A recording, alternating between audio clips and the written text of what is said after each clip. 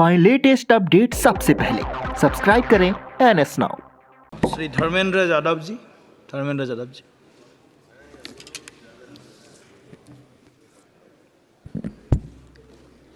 धन्यवाद सभापति महोदय।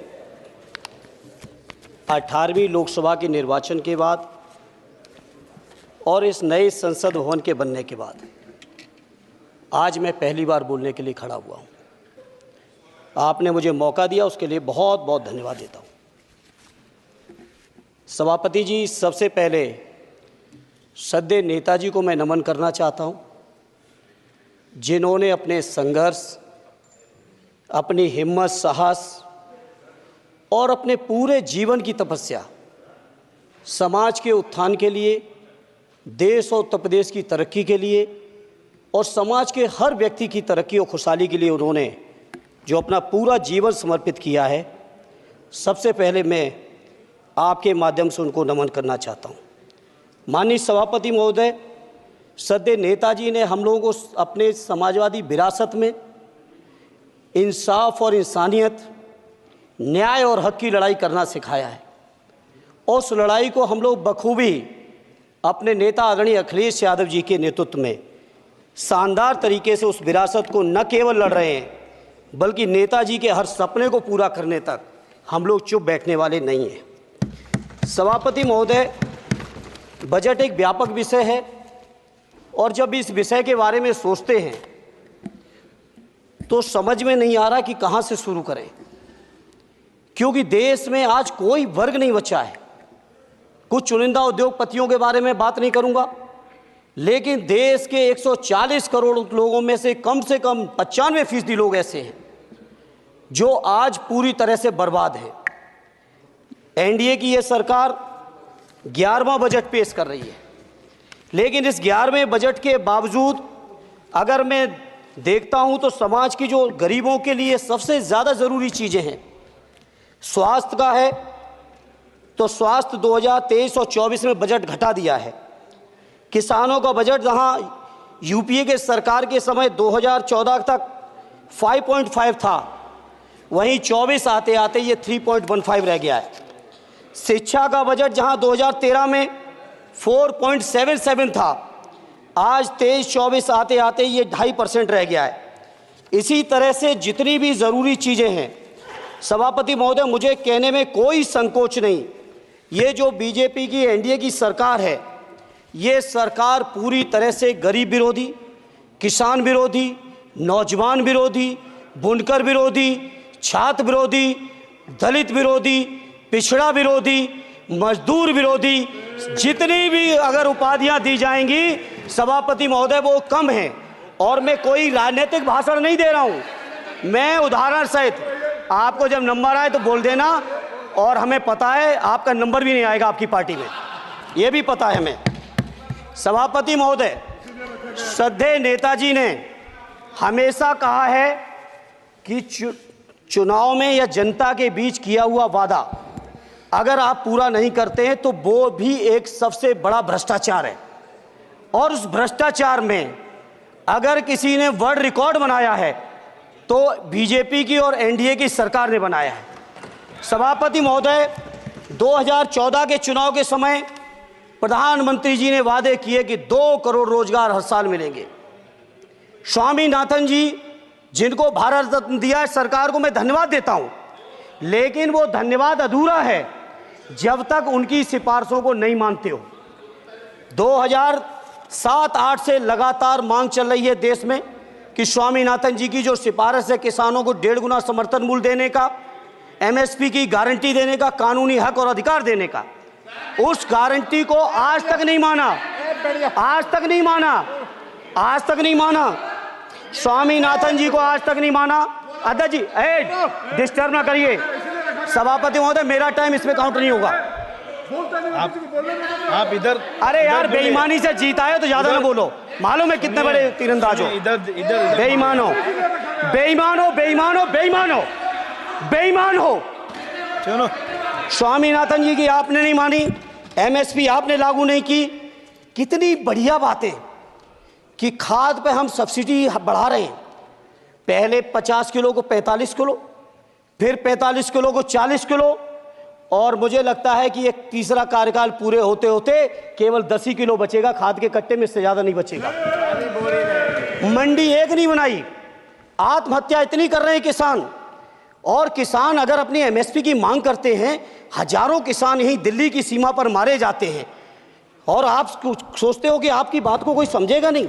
सभापति महोदय, नौजवानों को कितना गुमराह किया गया। नौजवानों से कह दिया गया हर साल 2 करोड़ रोजगार। मैं आज सवाल पूछता हूं अपने नौजवानों की ओर से, बताएं भारतीय जनता पार्टी के लोग, सरकार में बैठे लोग, 10 साल आपने राज कर लिया है, आखिर 20 करोड़ नौजवानों को रोजगार कहां है? अरे छोड़िए यार, अबे कोई नोटिस नहीं लेता तुम्हें, छोड़ो कोई नोटिस नहीं लेगा तुम्हें।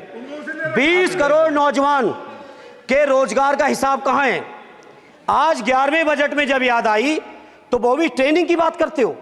मैं कहना चाहता हूं IIM, IIT के नौजवानों को रोजगार नहीं दे पा रहे हो। आप सोच रहे हो इंटर्नशिप के इस छोटे से सुगूफे से नौजवान खुश होंगे?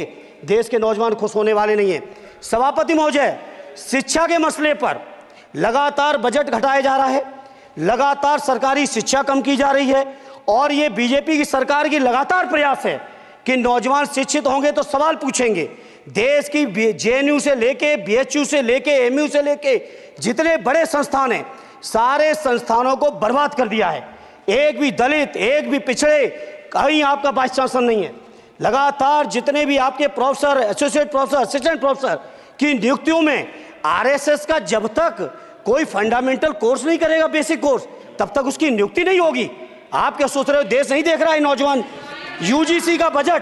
UGC का बजट लगातार कम किया जा रहा है। मेरा खुला आरोप है इस सरकार पर कि ये सरकार शिक्षा को प्राइवेट करके, शिक्षा को मुट्ठी भर उद्योगपतियों के हाथों में देके, शिक्षा को चुनिंदा लोगों के हाथ में देके, देश के 140 करोड़, जिसमें मैं समझता हूं 90% लोग गरीब हैं, उन गरीबों के हाथों से शिक्षा को छीनने का ये जो आपकी सरकार षड्यंत्र कर रही है, इसके लिए हम लोग इस मौके पे विरोध करते हैं। लगातार फीस बढ़ा रहे हैं, शिक्षकों की कमी है, रोजगार आप दे नहीं पा रहे हो, सामाजिक असमानता। सभापति महोदय, 2014 में जिस समय सरकार बनी थी NDA की, उस समय देश की जितने भी जो आर्थिक चीजें थी, जो वेल्थ थी, उसमें पिछड़ों की हैसियत 17% थी, 17%, और आज 10 साल की NDA की सरकार के बाद पिछड़ों की आर्थिक हैसियत हो गई है केवल 9%। मैं कहना चाहता हूं चुनौती के साथ, वित्त मंत्री अपने जवाब में बता दें, अनुसूचित जनजाति का एक भी व्यक्ति देश में अरबपति हो तो बता दो, एक भी अरबपति हो तो बता दो, एक भी दलित को अरबपति आपने बना दिया हो तो बता दो, एक भी पिछड़े को बना दिया हो तो बता दो। आप जवाब में दे देना, आप डेटा दे देना, आप डेटा दे देना, हमारी दबाव नहीं रुकेगी। सभापति महोदय, जब बीजेपी की सरकार, जब बीजेपी के लोग विपक्ष में रहे तो OPS की बातें किए। 10 साल से आप सत्ता चढ़ा रहे हो, 11वां बजट पेश कर रहे हो, पूरा देश आज OPS के लिए, सरकारी कर्मचारी परेशान है, कहीं OPS की चर्चा नहीं है, पुरानी पेंशन की कोई चर्चा नहीं है। सभापति महोदय, पुरानी पेंशन तो पुरानी पेंशन, हम मांग करते हैं, बहुत बड़े राष्ट्रभक्त आप बनते हो, मैं मांग करता हूं देश के पैरामिलिट्री फोर्सेस को आप पुरानी पेंशन दीजिए। मैं मांग करता हूं, आप राष्ट्रभक्त हैं ना, सीमा पे जो सुरक्षा कर रहे हैं, जो शहादत झेल रहे हैं, मेरी मांग है कि आप उनकी OPS दीजिए। वो आप OPS नहीं दे पाओगे। इसी तरह से सभापति महोदय, देश के अंदर बहुत से ऐसे संविदा कर्मचारी, एक से एक बढ़िया फार्मूला, अब कानूनन मंडल आयोग लागू हो गया तो कैसे पिछड़े और दलितों को रोकें? तो संविदा कर्मी की प्राइवेट कंपनी, प्राइवेट आपने आउटसोर्सिंग कर दी।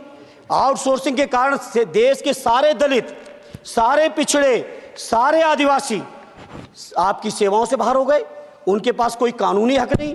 तो ये जो आरक्षण को खत्म करने के तरह तरह के जो आप लोग षड्यंत्र अपना रहे हो, इस षड्यंत्रों को देश का जनमानस पूरी तरह से जान भी चुका है, पहचान भी चुका है, और इसीलिए उत्तर प्रदेश से तो आपको कर ही दिया है बाहर, देश से भी बाहर जल्दी करेंगे, और हमारे साथी मिलकर दूसरे प्रांतों से भी बाहर करेंगे।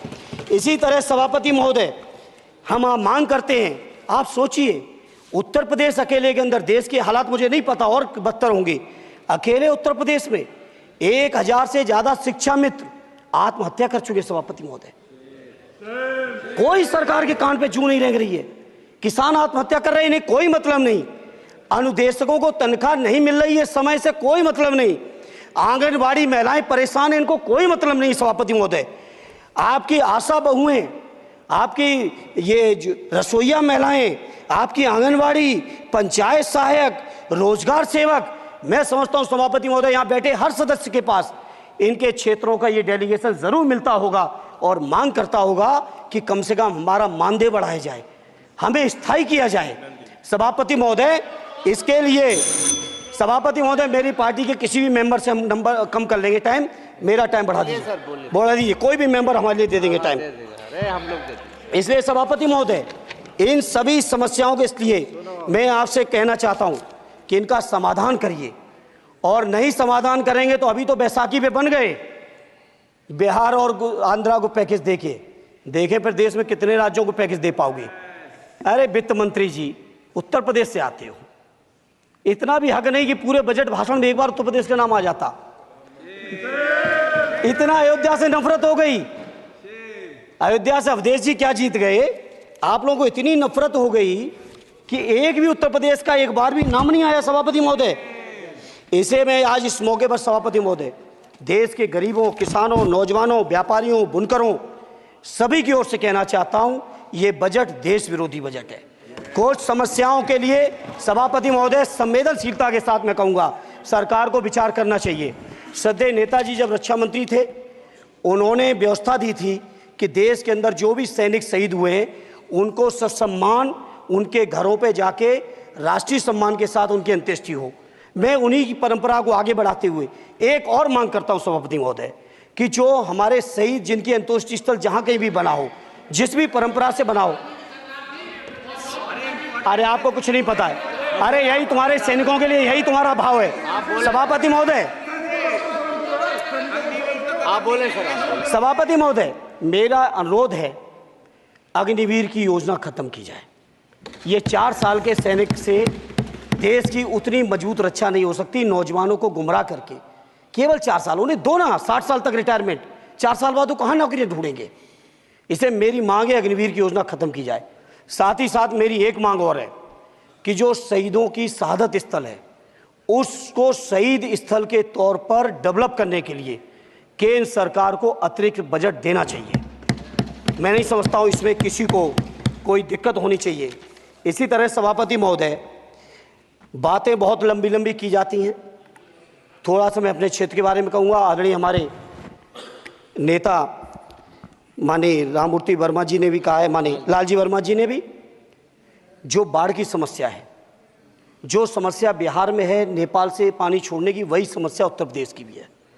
और विशेषकर पूर्वी उत्तर प्रदेश में अगर आप चलिए तो खीरी से शुरू करेंगे, पीलीभीत खीरी से लेके पूरा आप चले जाइए और एकदम कुशीनगर बॉर्डर तक, बिहार बॉर्डर तक पूरी की पूरी समस्या है। घाघरा जब आती है तो मैं समझता हूँ इन जिलों के लाखों लोगों को तहस नहस करके चली जाती है। जितना विकास होता है सभापति महोदय, बरसात के समय वो सारा का सारा विकास पूरी तरह से खत्म हो जाता है। इसलिए मेरी मांग है केंद्र की सरकार से कि बजट आप पास कर रहे हो तो कम से कम उत्तर प्रदेश से इतनी नफरत ना करो।